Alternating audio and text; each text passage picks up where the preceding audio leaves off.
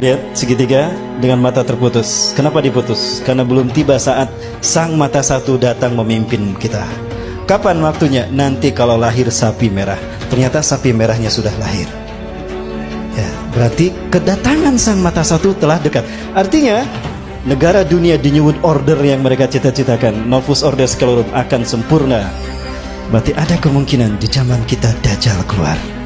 Simbol Anuit Kuptis. Dan ini sangat berbau Dajjal sekali. Segitiga Tuhan, mata satu, Dajjal. Plakat sebelah kiri ada bintang ini. Coba hitung bintang ini ada 13. Hawariun ada 12. Yudas datang jadi 13. 13 bintang. Kalau kita lihat sudut-sudutnya, ini melambangkan singgasana Yahudi dengan 13 kasta. Kebetulan atau sesuatu yang sudah mereka rancang. Cerdas mereka. Dan untuk mewujudkan ini, mereka harus menghancurkan Islam. Berarti negara-negara Arab harus ada dalam kendali mereka. Yahudi nggak mau sendirian. Yahudi harus ada partner. Siapa lagi kalau bukan Amerika? Tadi negara paman Sam. Betul kan? Tujuannya apa? Memuluskan jalan Dajjal untuk menguasai dunia. Maka Yahudi melakukannya dengan 3 program besar dunia. 1. Eksodus besar-besaran ke negeri yang dijanjikan Tuhan.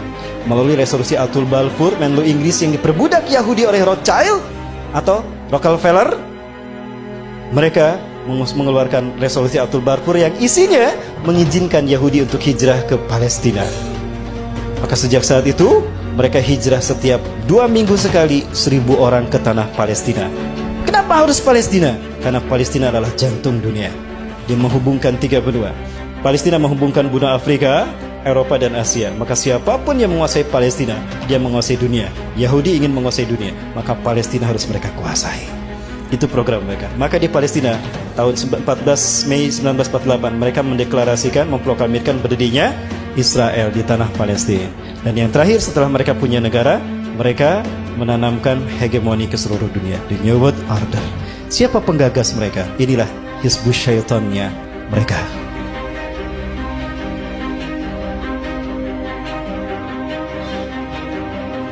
Baik, mereka inilah yang kemudian menciptakan platformnya, langkah demi langkahnya untuk menuju negara dunia.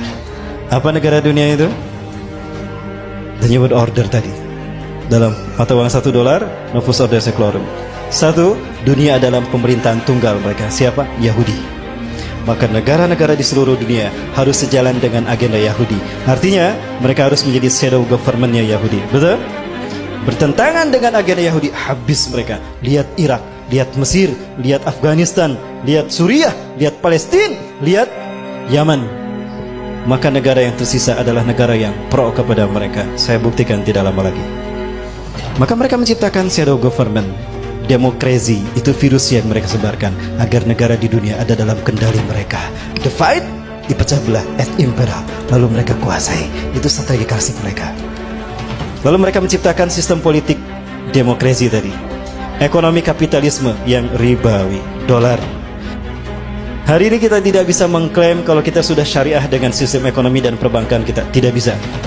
Selama kita masih menggunakan uang kertas, kita tidak bisa melepaskan diri dari riba. Rasul mengatakan akan datang suatu masa di akhir zaman di mana manusia akan memakan harta riba. Sayati 'alan nasi zamanan an-nasu sayakuluna riba. Akan datang di akhir zaman manusia satu masa di mana manusia memakan harta riba. Kalaupun mereka tidak memakan harta riba, mereka terkena dengan debu riba. Ya pilar makulah. Di antara mata uang ini, yang paling mahal yang warna apa? Apa bedanya? Lo ongkos untuk membuat uang ini sama uang ini sama kan? Sama saja. Lo kok bisa yang ini lebih tinggi? Lihat, dari intrinsiknya saja sudah riba kan? Padahal biaya untuk membuat ini sama. Baik, betul? Inilah riba. Baik, berikutnya perselisihan.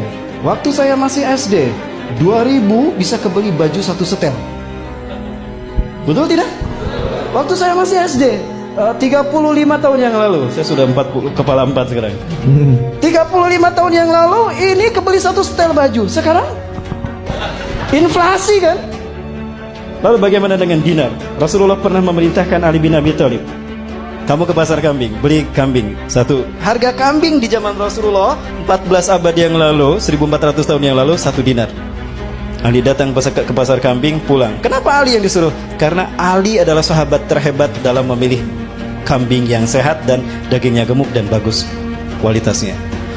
14 abad yang lalu, 1400 tahun yang lalu, kambing 1 dinar. Sekarang berapa? 1 dinar berapa? 2,5 juta.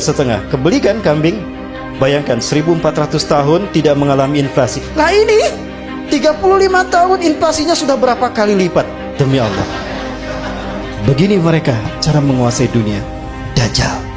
Pinter kok Dajjal. Inilah ekonomi kapitalisme. Baik, negara tidak pernah mencetak uang ini. Negara hanya menentukan RAPBN, betul? Sejumlah sekian triliun. Lalu diserahkan ke Bank Indonesia. Bank Indonesia tidak bertanggung jawab. Bank Indonesia tidak bertanggung jawab pada pemerintah. Bertanggung jawabnya pada Bank Internasional, IMF, Bank Dunia. Itu tanggung jawabnya. Maka Bank Indonesia mencetak uang sejumlah RAPBN, angka RAPBN. Lalu diberikan pada pemerintah kita. Pemerintah kita tidak bayar cash kan untuk membayarnya, tapi ngutang. Ada jangka, ada bunga. Setiap lembarnya ada bunga.